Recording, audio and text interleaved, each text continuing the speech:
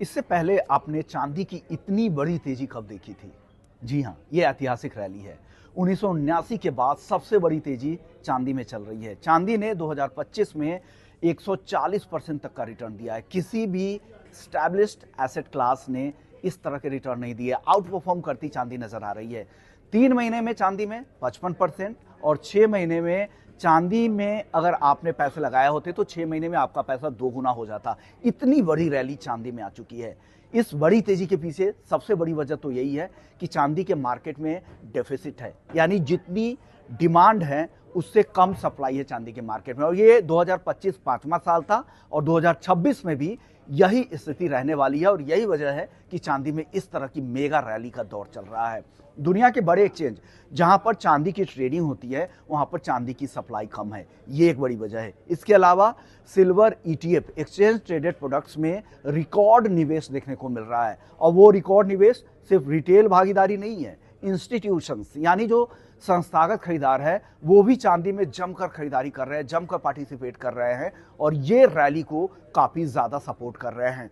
इसके अलावा industrial demand वो लगातार मजबूत होती जा रही है, चाहे वो सोलर पैनल्स के लिए हो या फिर इलेक्ट्रिक व्हीकल्स के लिए हो, इलेक्ट्रॉनिक सेक्टर को लेकर हो, डेटा सेंटर को लेकर हो, इलेक्ट्रिक व्हीकल्स को लेकर हो या फिर न्यूक्लियर पावर प्लांट्स को लेकर हो। तमाम मॉडर्न और न्यूएस्ट टेक्नोलॉजीज के लिए भी चांदी की डिमांड काफी ज्यादा है। ये सब मिलाकर चांदी को सपोर्ट कर रहे हैं और चांदी एक के बाद एक नई रैली लगा रहा है। इसके अलावा जो ब्याज दरों का सिनेरियो है ग्लोबली वो लगातार डाउन ट्रेंड में है। यूएस में आगे भी ब्याज दरें घटने की संभावनाएं हैं क्योंकि महंगाई में जिस तरह से नरमी देखने को मिली है, अनुमान से कम महंगाई और लेबर मार्केट की जो स्थिति दिख रही है उससे साफ लग रहा है कि आगे भी यूएस फेड की तरफ से दरें घटाई जाएंगी। जियोपॉलिटिकल रिस्क ये भी सोने चांदी को काफी सपोर्ट करते हैं, सोने के साथ साथ चांदी को भी इससे सपोर्ट मिलता है।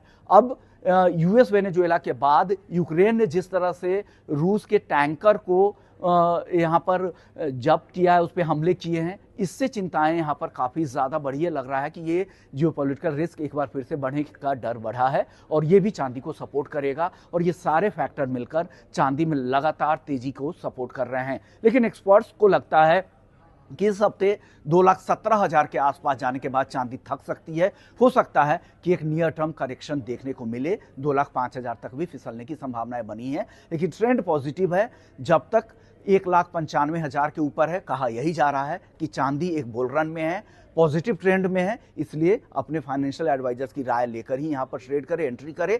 इन्वेस्टर्स हैं, धीरे धीरे स्टैगर्ड मैनर में एसआईपी के जरिए निवेश करने की सलाह चांदी में दी